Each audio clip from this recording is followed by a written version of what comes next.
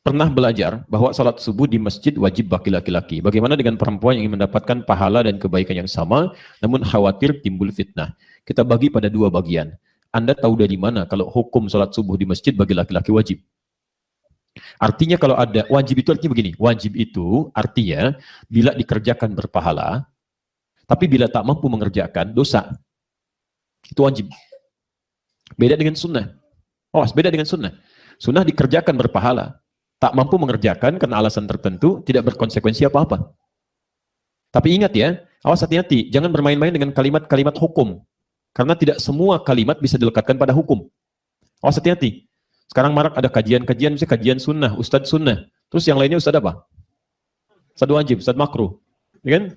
Nggak bisa, kita nggak bisa melekatkan hukum pada satu hukum yang tidak boleh digunakan pada yang tidak serupa. Sama dengan syariah misalnya. Ada bank syariah, jilbab syariah, koperasi syariah. Tapi tidak semua kalimat bisa menggunakan syariah. Habis tarawih ini, saya mau main pingpong syariah. Apa itu? Kalau saya gunakan bismillah. Bismillah. Cemes masuk, alhamdulillah. Kena cemes, astagfirullah.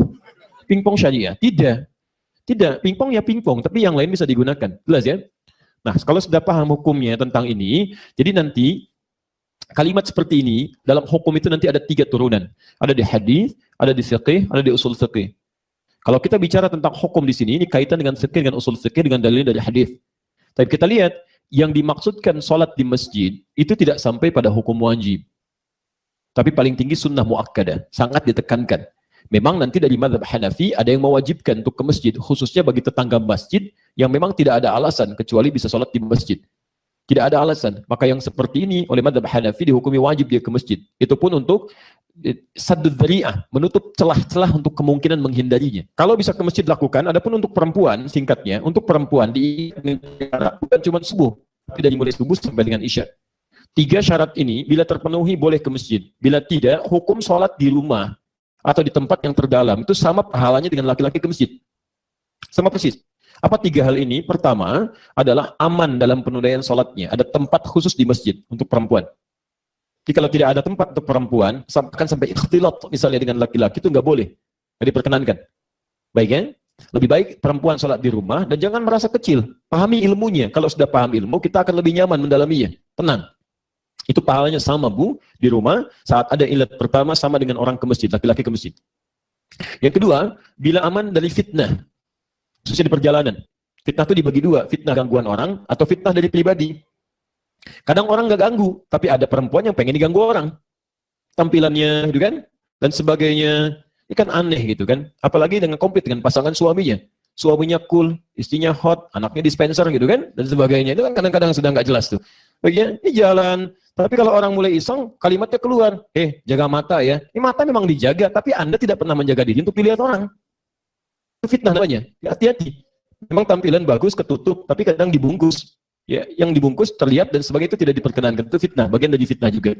Atau yang spesifik ada gangguan dari orang dan sebagainya. Ya, dan di sini kan tidak mudah seperti di Indonesia kadang-kadang.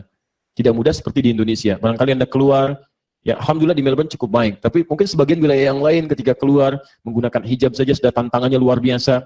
Maka jangan paksakan. Saya akan tampilkan bahwa saya memang tampil sebagai muslim yang percaya diri. Pelajari ilmu dulu. Jangan berlebihan, begitu celaka baru begini. Tidak. Pelan-pelan sosialisasikan, berikan kenyamanan, akhlak yang baik, baru mereka mengerti. Untuk itu, di rumah setara. Yang ketiga, ada kewajiban yang melekat pada perempuan yang memang lebih penting sifatnya. Seperti merawat anak, menyusui anak, yang ada sebagainya. Yang tidak mungkin untuk dibawa ke masjid. Itu poinnya. Maka melekat dengan itu, tunaikan di rumah. Kalau 3 ini gugur, 3-3-nya, aman di jalan, apalagi berangkat dengan suami, safnya ada, bahkan anak bisa dibawa, ada space-nya, ada tempatnya, ada kid corner dan sebagainya, kan? Ada kids zone dan seterusnya. Bahkan sebagian tempat di Indonesia sudah kreatif tuh, dibikin saf untuk anak-anak. Ya, ada sebagian pendampingannya. Kalau lagi taklim dibikin untuk mainan anak-anak, ada yang menggambar, ada yang macam-macam dan sebagainya. Di anak-anak dengan dunianya, dia kenal masjid, orang tuanya, dia mendapatkan manfaat yang lebih. Wallahu taala alam bis-shawab.